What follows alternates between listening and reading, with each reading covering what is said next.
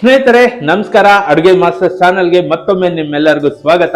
ನಾನು ನಿಮ್ಮನೆ ಮಗ ಶ್ರೀಕಾಂತ್. ಇವತ್ತು ನಾನು ನಿಮ್ಗೆ ರೆಸ್ಟೋರೆಂಟ್ ಅಥವಾ ಡಾಬಾ ಶೈಲಿಯ ಜೀರಾ ರೈಸ್ ಸಿಂಪಲ್ ಆಗಿ ಹೇಗ್ ಮಾಡ್ಕೋಬಹುದು ಮನೇಲಿ ಅನ್ನೋದನ್ನ ತೋರಿಸ್ಕೊಡ್ತೀನಿ.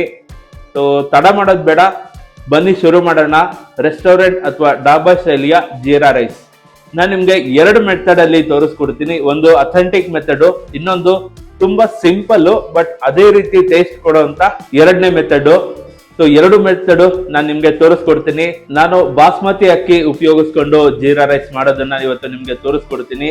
1 ಕಪ್ ಬಾಸ್ಮತಿ ಅಕ್ಕಿನ ಒಂದು 5-6 ಸಲ ತೊಳೆದು ನೀರಲ್ಲಿ ನೆನೆಸಿ 1/4 ಗಂಟೆ ಆಗಿದೆ, ಎತ್ತಿಟ್ಕೊಂಡಿದ್ದೀನಿ. ನಾನು ಒಂದ್ ಸ್ವಲ್ಪ ನೀರ್ನ ಬಾಣ್ಲಿನಲ್ಲಿ ಕುದಿಯೋದಕ್ಕೆ ಅಂತ ಇಟ್ಕೊಂಡಿದ್ದೀನಿ. ನೀರು ಆಲ್ರೆಡಿ ಕುದೀತಾ ಇದೆ. ಇದಕ್ಕೆ ನಾನು ಒಂದು ಅರ್ಧ ಹೋಳು ನಿಂಬೆ ಹಣ್ಣಿನ ರಸ ಹಾಕ್ತಾ ಇದ್ದೀನಿ. ರಸದ ಜೊತೆ ಸಿಪ್ಪೆ ಏನಿದೆ ಅದನ್ನ ಕೂಡ ಅಲ್ಲೇ ಹಾಕೊಳ್ತಾ ಇದ್ದೀನಿ. ರುಚಿಗೆ ತಕ್ಕಷ್ಟು ಉಪ್ಪು ಹಾಕೊಳ್ತಾ ಇದ್ದೀನಿ ನೀರ್ಗೆನೆ. ಒಂದು ಸಲ ನೀರ್ನ ಮಿಕ್ಸ್ ಮಾಡಿಬಿಡೋಣ. ಈಗ ಇದೇ ನೀರಿಗೆ ನಾನು ತೊಳೆದು ನೆನೆಸಿ ಇಟ್ಕೊಂಡಿದ್ದಂತ ಬಾಸ್ಮತಿ ಅಕ್ಕಿನ ಹಾಕೊಳ್ತಾ ಇದ್ದೀನಿ.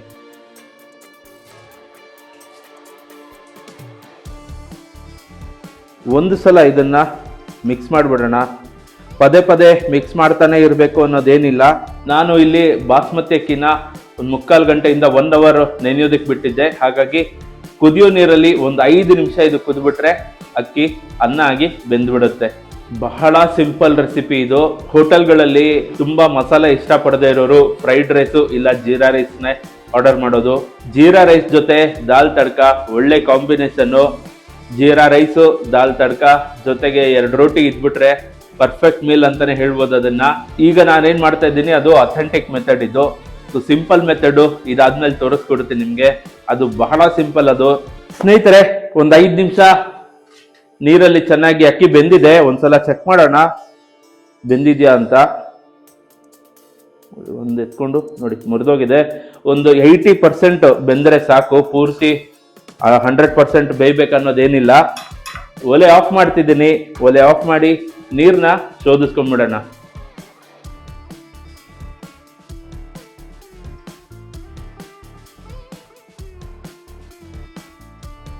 ನಾವು ಹಾಕಿದ್ವಲ್ಲ ನಿಂಬೆಹಣ್ಣು ಸಿಪ್ಪೆ, ಅದನ್ನ ತೆಗೆದ್ಬಿಡೋಣ. ತೆಗೆದ್ಬಿಟ್ಟು ಸ್ಪೂನ್ ಸಹಾಯದಿಂದ ಹರಡೋಣ. ಒಳಗಡೆ ಇರೋ ಸ್ಟೀಮು ಆಚೆ ಬಂದು ಸ್ವಲ್ಪ ತಣ್ಣಗಾಗ್ಲಿ ಅಂತ. ಅಕ್ಕಿನ ಬೇಯಿಸ್ಕೊಂಡಿದ್ದಾಯ್ತು. ಜೀರಾ ರೈಸ್ಗೆ ಒಗ್ಗರಣೆ ಹಾಕೋದನ್ನ ತೋರಿಸ್ಕೊಡ್ತೀನಿ ನಿಮ್ಗೆ. ಅದೇ ಬಾಣಲೆ ಇಟ್ಕೊಂಡಿದ್ದೀನಿ. ಇದಕ್ಕೆ ಒಂದು ಟೇಬಲ್ ಸ್ಪೂನ್ ಆಗೋಷ್ಟು ತುಪ್ಪ ಹಾಕೊಳ್ತಾ ಇದ್ದೀನಿ. ತುಪ್ಪ ಸ್ವಲ್ಪ ಚೆನ್ನಾಗಿ ಕಾಯಬೇಕು, ಅಲ್ಲಿವರೆಗೂ ನಾವು ಕಾಯೋಣ. ತುಪ್ಪ ಕಾದಿದೆ. ಇದಕ್ಕೆ ಒಂದು ಸ್ವಲ್ಪ ಗೋಡಂಬಿ ಹಾಕೊಳ್ತಾ ಇದ್ದೀನಿ. ಗೋಡಂಬಿ ಒಂದ್ಸಲ ಫ್ರೈ ಮಾಡ್ಕೊಂಡ್ಬಿಡೋಣ. ಗೋಡಂಬಿ ಒಂದು ಅರ್ಧ ಫ್ರೈ ಆಗಿದೆ. ಇದಕ್ಕೆ ಒಂದು 3 ಹಸಿಮೆಣಸಿನ್ಕಾಯಿ ಹಾಕೊಂಡಿದ್ದೀನಿ. ಒಂದು ಸ್ವಲ್ಪ ಕರ್ಬೇವಿನ ಸೊಪ್ಪು ಕೂಡ ಹಾಕೊಂಡಿದ್ದೀನಿ. ನಾನಿಲ್ಲಿ ಒಗ್ಗರಣೆಗೆ ತುಪ್ಪ ಹಾಕೊಂಡಿದ್ದೀನಿ. ತುಪ್ಪ ಇಷ್ಟ ಆಗಲ್ಲ ಅನ್ನೋರು ಎಣ್ಣೆ ಕೂಡ ಹಾಕೋಬಹುದು, ಬಟ್ ತುಪ್ಪದಲ್ಲಿ ಹಾಕಿ ಮಾಡಿದ್ರೇನೆ ಇದು ಟೇಸ್ಟು ಚೆನ್ನಾಗಿ ಬರೋದು. ಮೆಣಸಿನ್ಕಾಯಿ ಮತ್ತೆ ಕರ್ಬೇವಿನ ಸೊಪ್ಪು ಫ್ರೈ ಆಗಿದೆ. ಈಗ ಇದಕ್ಕೆ 1 ಸ್ಪೂನ್ ಆಗುವಷ್ಟು ಜೀರಿಗೆ ಹಾಕೊಂಡಿದ್ದೀನಿ. ಜೀರಿಗೆನೂ ಒಂದ್ಸಲ ಬಾಡಿಸ್ಕೊಂಡ್ಬಿಡೋಣ. ಜೀರಿಗೆ ಕೂಡ ಫ್ರೈ ಆಗಿದೆ. ಈಗ ಇದಕ್ಕೆ ನಾವು ಬೇಯಿಸಿಟ್ಕೊಂಡಿದ್ವಲ್ಲ ಅನ್ನ, ಅದನ್ನ ಹಾಕೊಳ್ಳೋಣ.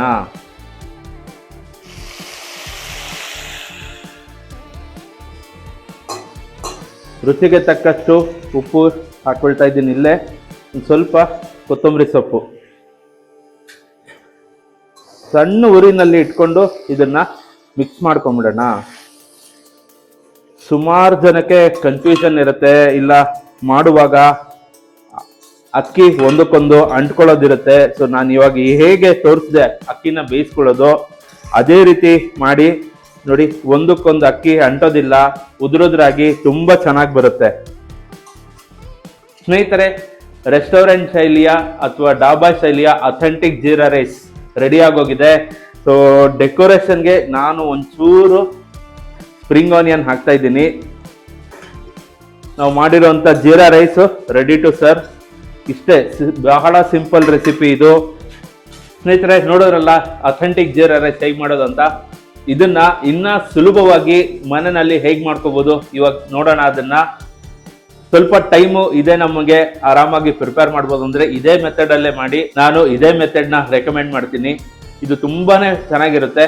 ಅದು ಇನ್ನ ಒಂದು ಮೆಥಡ್, ನಮ್ಗೆ ಸಮಯ ಇಲ್ಲ ಜಾಸ್ತಿ ಅನ್ನೋರು ಆ ಮೆಥಡ್ ನ ಟ್ರೈ ಮಾಡ್ಬೋದು. ಅದರ ಟೇಸ್ಟ್ ಕೂಡ ಚೆನ್ನಾಗೇ ಇರುತ್ತೆ. ಸೊ ಈಗ ಹೇಗ್ ಮಾಡೋದು ಅದನ್ನ ನೋಡೋಣ ಬನ್ನಿ. ಸ್ನೇಹಿತರೆ, ಇನ್ನೊಂದು ಸುಲಭವಾದ ಮೆಥಡ್ ಯಾವುದು ಅಂದ್ರೆ ಕುಕ್ಕರ್ ಅಲ್ಲಿ ಮಾಡ್ಕೊಳ್ಳೋದು. ಕುಕ್ಕರ್ ಅಲ್ಲಿ ಜೀರಾ ರೈಸ್ ಹೇಗ್ ಮಾಡೋದು ನೋಡೋಣ ಬನ್ನಿ.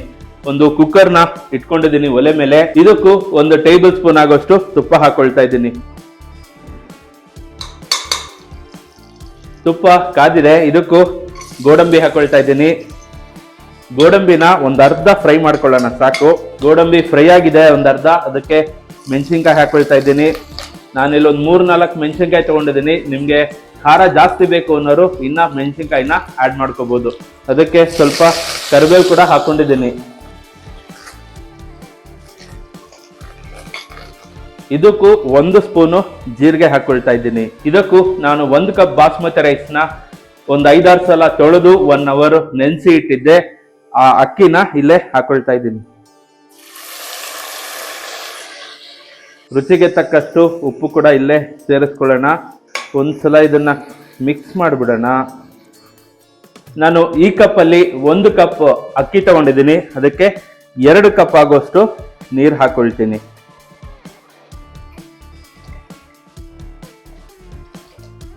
ನಾನು 2 ಕಪ್ ನೀರು ಹಾಕೊಂಡಿದ್ದೀನಿ. ಒಂದು ಸಲ ಮಿಕ್ಸ್ ಮಾಡಿಬಿಟ್ಟು ಕುಕ್ಕರ್ ಮುಚ್ಚಿಬಿಟ್ಟು 2 ವಿಷಲ್ ಇದನ್ನ ಕೂಗಿಸ್ಕೊಳ್ಳೋಣ. ಸ್ನೇಹಿತರೆ, ಕುಕ್ಕರ್ 2 ವಿಷಲ್ ಕೂಗಿ ಕೂಲ್ ಆಗಿದೆ. ಸೊ ಓಪನ್ ಮಾಡಿ ನೋಡೋಣ ನಾವು ಮಾಡಿರೋಂಥ ಜೀರಾ ರೈಸ್ ಕುಕ್ಕರ್ ಅಲ್ಲಿ ಹೇಗೆ ಬಂದಿದೆ ಅಂತ. ಜೀರಾ ರೈಸು ಅದ್ಭುತವಾಗಿ ಬೆಂದಿದೆ. ಇದಕ್ಕೆ ಮೇಲ್ಗಡೆಯಿಂದ ಸ್ವಲ್ಪ ಕೊತ್ತಂಬರಿ ಸೊಪ್ಪು ಹಾಕ್ಬಿಟ್ಟು ಮಿಕ್ಸ್ ಮಾಡೋಣ.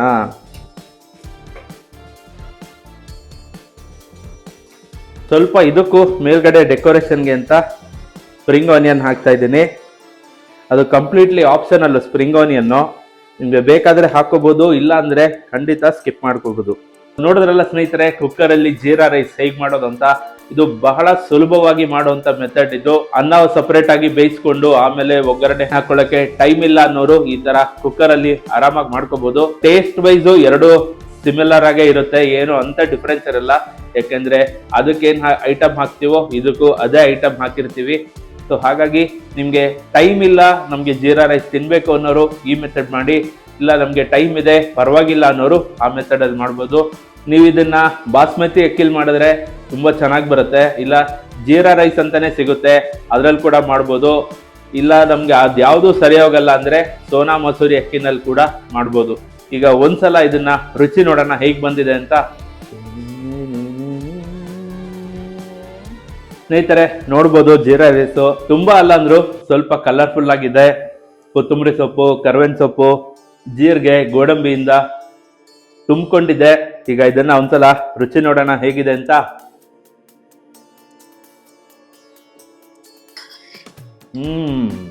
ಸೂಪರ್ ಆಗಿದೆ. ರೆಸ್ಟೋರೆಂಟ್ ಅಲ್ಲಿ ಹೇಗೆ ಸಿಗುತ್ತೋ ಜೀರಾ ರೈಸು ಅದೇ ರೀತಿ ಇದೆ. ಹಾಕೋತಿರಂಗೆ ಬಾಯಿಗೆ ಆ ಗೋಡಂಬಿ ಫ್ಲೇವರ್ ಇರ್ಬೋದು, ಹಸಿಮೆಣಸಿನ್ಕಾಯ್ದು ಲೈಟಾಗಿ ಖಾರ ಸಿಗುತ್ತೆ, ಕರ್ಬೇವಿನ ಸೊಪ್ಪು ಫ್ಲೇವರು, ಜೀರಿಗೆ ಫ್ಲೇವರು ತುಂಬ ಚೆನ್ನಾಗಿ ಸಿಗ್ತಾ ಇದೆ. ಓವರ್ ಆಲ್ ತುಂಬ ಚೆನ್ನಾಗಿ ಬಂದಿದೆ ಜೀರಾ ರೈಸು. ಪಕ್ಕಾ ರೆಸ್ಟೋರೆಂಟ್ ಸ್ಟೈಲ್ ಅಂತಾನೆ ಹೇಳ್ಬೋದು. ಸೊ ಇದಾಗಿತ್ತು ಇವತ್ತಿನ ವಿಡಿಯೋ. ಐ ಹೋಪ್ ಈ ವಿಡಿಯೋ ನಿಮಗೆ ಇಷ್ಟ ಆಗಿದೆ ಅಂತ ಅನ್ಕೋತೀನಿ. ಇಷ್ಟ ಆಗಿದ್ರೆ ಲೈಕ್ ಮಾಡಿ, ಫ್ರೆಂಡ್ಸ್ ಅಂಡ್ ಫ್ಯಾಮಿಲಿ ಜೊತೆ ಶೇರ್ ಮಾಡಿ. ಮನೆಯವರೆಲ್ಲ ಸೇರಿಕೊಂಡು ಯಾವ್ದಾದ್ರು ಒಂದು ಮೆಥಡ್ನ ನೀವು ಟ್ರೈ ಮಾಡಲೇಬೇಕು. ಟ್ರೈ ಮಾಡಿ ಹೇಗೆ ಬಂತು ಅಂತ ನನಗೆ ಕಮೆಂಟಲ್ಲಿ ತಿಳಿಸಿ. ಮುಂದಿನ ವಿಡಿಯೋದಲ್ಲಿ ಇನ್ನೊಂದು ಹೊಸ ರೆಸಿಪಿ ಜೊತೆ ನಿಮ್ಮ ಮುಂದೆ ಬರ್ತೀನಿ. ಅಲ್ಲಿವರೆಗೂ ನಮಸ್ಕಾರ.